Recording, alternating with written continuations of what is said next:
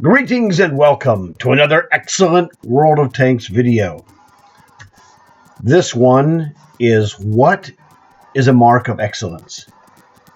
And I have 3 videos about marks of excellence that I'm going to be showing you today. So make sure you look for the other 2. The mark of excellence is a mark.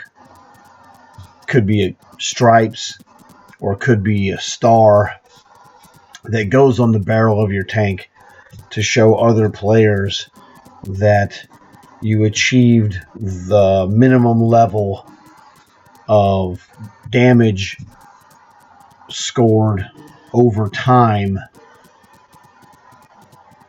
which is 65% better than the rest of the players that play this tank.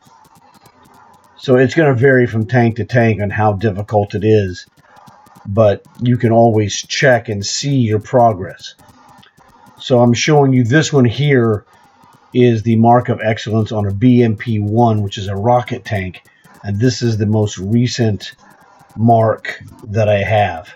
People will refer to these as a mark or MoE, which is mark of excellence, just to be shorter instead of saying the same thing over and over again.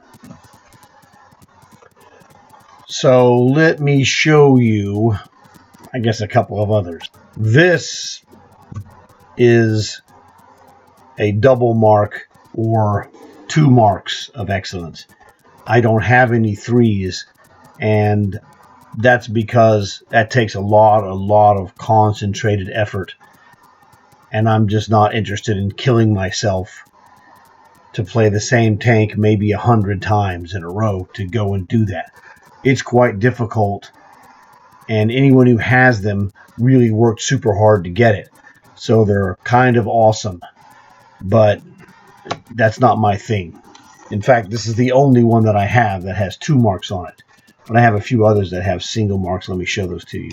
This is a mark of excellence on a Centurion 2. Now, this is a starter tank in Cold War. This is the mark of excellence on the M46A1, another starter tank in Cold War. This is the mark of excellence on a Scorpion 101 light tank. This is the mark of excellence on the M50 Sherman, a really fun tank to play, which is how I ended up getting a mark of excellence. This is also one of the free starter tanks. So I have marks of excellence on most of the free starter tanks that you have in Cold War. And that's because when I did contracts for medium tanks like the Big Top or the Slapjack or the Jammer, what I learned from Fish was to make use of the daily double. And so I had all these starter tanks that I had from Cold War, and it was like, do it medium tier 7 or above. Well, Cold War is 7 or above, so I would play these tanks and just play game, every day I was playing Centurion, Sherman tank, M46A1,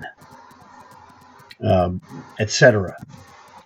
And if you play them enough and do well enough in them, Shazam, mark of excellence. Now, one of the things about these tanks that will help you out is that, first off, they're free. You can get the tank literally for free in the tech tree. Now, you're going to have to pay for equipment and upgrades that you have. Now, this Sherman is fully upgraded, and it has, I think the gun was $1 million, and I think the turret was $2 million or $1.9 million. That's $2 million, whatever. So some of these are quite expensive, but on the Sherman, it's good stuff. Let's look at it and see. So upgrades, here we go. You don't worry about this stuff. I don't put the second radio in any tank. You're just wasting money. Engine, I got this, I want to say it's, anywhere from $500,000 to $750,000. Suspension, another several $100,000. This I think it's 1.1 million for this guy. And like I said, I think that now I have this radio in there. And I think this turret module was 1.9 million if I remember correctly. Something in that vicinity. I don't know, but it's kind of expensive. So the upgrades are expensive. In fact, let's take a look at this and see what happens. If we try to sell this tank for 2.66 million, it means it's 5.2 million in change is what, you paid basically for all the stuff in this tank. But this tank is very good. It's a good Sherman tank, and that's the thing. You can win matches, and you can make MVPs in matches. I know I have done so. And medium tanks are not my specialty. So I highly recommend it because, ta-da, it's free. Now, the ones I don't really recommend, let me show you those just for the heck of it. So this is the free Sherman. Let's go look at the red tanks. T-44, the only reason you want to play the T-44, morbid curiosity, or you're trying to progress down the BMP line. Okay, otherwise I wouldn't touch it, and I didn't until I wanted to do the BMP line. Type 63I, this is a free light tank, the only free light tank you can get from, the start of any line in Cold War. I used this to work on the Tusk contract because it was free, and it was tier 9 or above, and that's what I needed. TVP-88 Czechoslovakian medium tank, good gun, horrible armor. I hate this tank, so I don't use it. I used it for an operation, got my thing, got in, bada boom, bada bing, got out. This is the blue flag, M46A1 mark, I got it.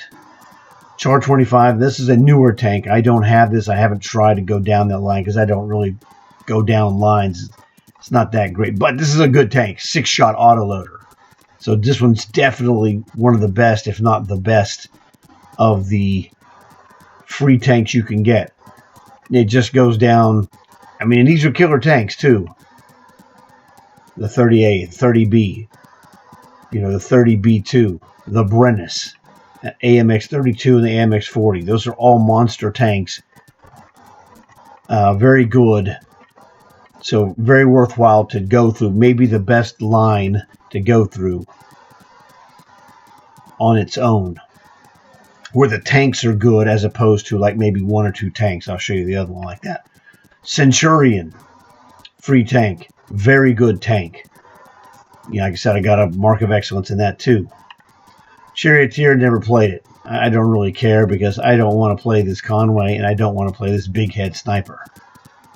This is for players who want to feel like a big shot, but they don't want to work at being a big shot. It does a lot of damage. It's overpowered in every regard. But you never see guys really do well. I say I'm not impressed until you can show me 10 shots, 10 hits in this tank. Then I'm impressed. I've hardly ever seen it. So there you go. I don't care about that tank. I don't waste my time. Now, here, the M46A1, which I had already done, meant that when I was looking to go check out the other rocket tanks, I went through the Chaffee, went through the Bulldog, went through the T92. Don't recommend it. The M113 is by far better. This T92 is a horrible light tank. I can't stand it. But I'm just throwing that out there. Wanted the Rocket Sheridan, which I have and still have. Played the Stingrays, both very good, but I don't need them. I have other tanks I would play instead of those, so I got rid of them. Got the AGS, which is the top dog of the line, light tank, and also I got the Bradley, which is the top dog rocket tank of this line. So that was why I did that. It's not really a fun quest to go through, because if you're a medium tank player, it's kind of not really that great for you. Light tank player, it's okay, except for the T92 is a terrible light tank. So you have good light tanks, and then you have this sniper tank, and then once again more light tanks. So that's fine, no problem. But the bottom line is, play what interests you. And so, I played light tank. So I got the Centurion 2 because I wanted this 101 Scorpion. And then after that, I got, dude, this thing was awesome for me. I want the 107 Scimitar, and it was awesome for me. I played the Centurion, and it was okay to get the Conqueror, which was actually very good. But I'm not going to play this. This is not my goal to play the Conqueror. It's very good, but it's not for me. I wanted this Scorpion 90. So that was the deal, and I got rid of that Conqueror. I went through this Chieftain Mark 11 and got rid of it because I don't want this tank. I wanted the VFM-5 light tank because I'm a light tank guy. So the good part is, if you're a medium tank guy, you go medium, like Bernie did this one. He also has the Scorpion and the Scimitar, but he goes medium, medium, medium, heavy. What is this? I don't know. Might be a heavy tank. I think it's a heavy tank, heavy tank, heavy tank, heavy tank. So you can go through all of these without the light tanks. But if you want the light tanks like me, you're going to have to play some of these medium and heavy tanks. Okay, not terrible, whatever. So the bottom line, when you're going through tech trees, go for the things you want. Don't do what you think someone else wants you to do. Do what's going to be fun for you, potentially. Or in the case of myself, I was going to work on rocket videos, so I needed the rocket tanks. And I needed to get as many as I could get for the cheapest possible price, which is what I did. So that basically covers, what a mark of excellence is. And, I showed you some of the tanks that I have that have the mark of excellence. Do whatever you want, but you're going to have to play, who knows, 30, if you're really awesome, 30 matches. And if you're not as awesome, 100, 150, it just all depends, because it's about your skills. And if you have to learn new skills to get there, like I had to learn for rocket tanks, it could take a while, okay? So it took me a while on rocket tanks because I had to learn new skills, and man, it's hard. But I did get one finally, and that was the BMP-1 right here. So this one is really cool because of all the work I had to put in on all of the different rocket tanks. Now, the good thing about rocket tanks is that every rocket tank might play slightly differently, but they build your skills, and any rocket tank is going to help you play other rocket tanks well. Eventually. Sooner if you're a really talented rocket player, or later if you're like me and you have to work for everything you have. Tomato, tomato, whatever. Go to work, kick butt. Just that simple. So this has been, kind of a shortish video just covering the basics of marks of excellence. So I hope you enjoyed this. Leave a like, leave a comment if you would. Please tell your friends, that way they can have a chance to like and maybe subscribe, see what's going on. So I have 2 more of these videos for marks of excellence, and I'll be getting to those just as soon as I finish this one. So thanks a lot for watching, and I'll see you guys in another video real soon, I hope.